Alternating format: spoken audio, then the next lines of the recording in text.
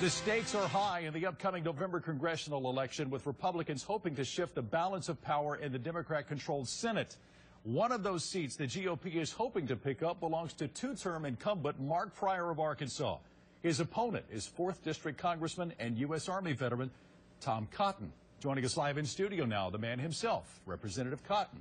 Mr. Cotton, thanks for being here tonight. Great to be on with you, Derek. Right now, looking at the average of all the polls, if you do an amalgamation there, you're up by 3 percentage points. Your thoughts tonight as you start to near the finish line just 3 months from now? Well, you know, Daryl, polls go up, polls go down. The one number that doesn't change is 90%. That's the number of times that Mark Pryor votes for Barack Obama in Washington, D.C. I think the Obama agenda is not good for Arkansas. It means higher taxes, more deficit, more regulation, and Arkansas needs a senator who puts Arkansas first, not Barack Obama first. That's the kind of senator I'll be for Arkansas. I'm sorry, I didn't mean to cut you off, but you've invited Mark Pryor to debate 5 times now. He's refused all 5 times. Why? I don't know. We'd have to ask Senator Pryor. I suspect it's the fact that he supports the Obama agenda and votes with Barack Obama 90% of the time.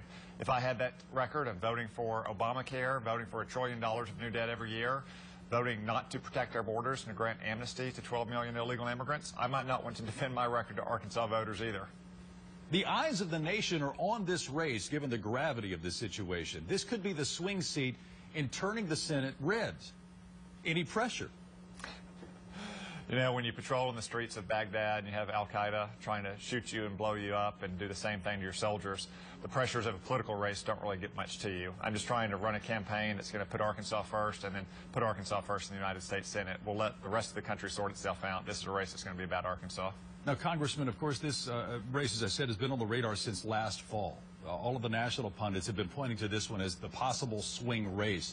And it's gotten dirty at times. You yourself have even gone so far as to question Mark Pryor's faith. Well, what I've said is that Mark Pryor and Barack Obama's record is actually infringing on the faith of all Arkansans. When you look at legislation like Obamacare that requires deeply faithful business owners to pay for practices that violate their faith, that's an infringement of their freedom of religion. And that's what we have in this country is freedom of religion, not mere freedom of worship to be done on Sunday mornings. I respect all Arkansans' faith, and I want to make sure that we honor the First Amendment, freedom of religion, which is one of the first freedoms of this country. Now, Congressman, domestic issues have pretty much driven this campaign, but how do you combat someone like Mark Pryor, who has not only a family lineage, of course, David Pryor, his father, a longtime seated senator from the state of Arkansas, but he's got name recognition, and he's also an incumbent. How do you battle that, given the fact that you've only served 1 term in Congress?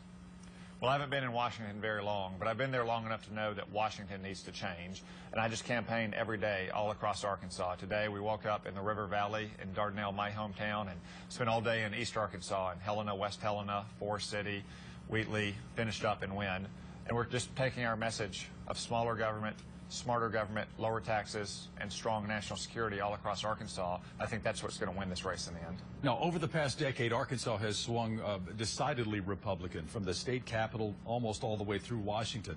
But when you're talking about Mark Pryor, you're looking at an individual here who has kind of walked the line on some issues, like gay marriage. He has opposed gay marriage, other domestic issues. He's launched his opposition against the minimum tax, or excuse me, the minimum wage.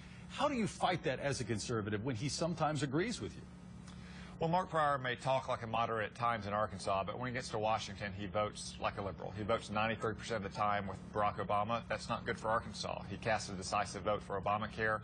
He's voted for $1 trillion of new deficit spending every single year. He's voted to give amnesty to 12 million illegal immigrants. So he may talk one way in Arkansas, but Arkansans know that he votes with Barack Obama in Washington. Congressman, you've said before publicly that you are willing to buck the trend. You are one who will stand against the GOP when you feel that's necessary. A 2-part question here. Give me a for instance. When would you vote against the party line, and how often would you be willing to do that? Well, I'll vote against my own party anytime I don't think my party is doing what's right for Arkansas.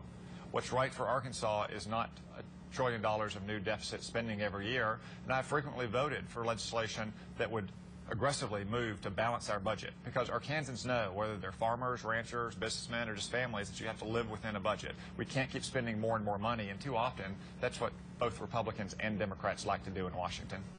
You have the experience necessary. Will you be able to carry the gravitas into the Senate and be able to effectively do that? Because oftentimes we hear that on the campaign trail, Congressman, but when you get inside the machine, that's oftentimes more difficult to pull off than it sounds. Yeah, unlike Mark Pryor, I haven't spent a lifetime in politics. I'm in my first term in the United States House, which is my first political race. But I have served our country in other ways in far-off places like Iraq and Afghanistan. And frankly, I think Arkansans now are ready for people who come with a little bit different background, not a lifelong background in politics. I've shown that I can face the pressures that we faced as soldiers in Iraq and Afghanistan. I think I can face the pressures in the halls of Congress doing what's right for Arkansas. He is Arkansas Congressman Tom Cotton. Mr. Cotton, good luck. Thank you so much for being here tonight. Thank you, Darrell. Now.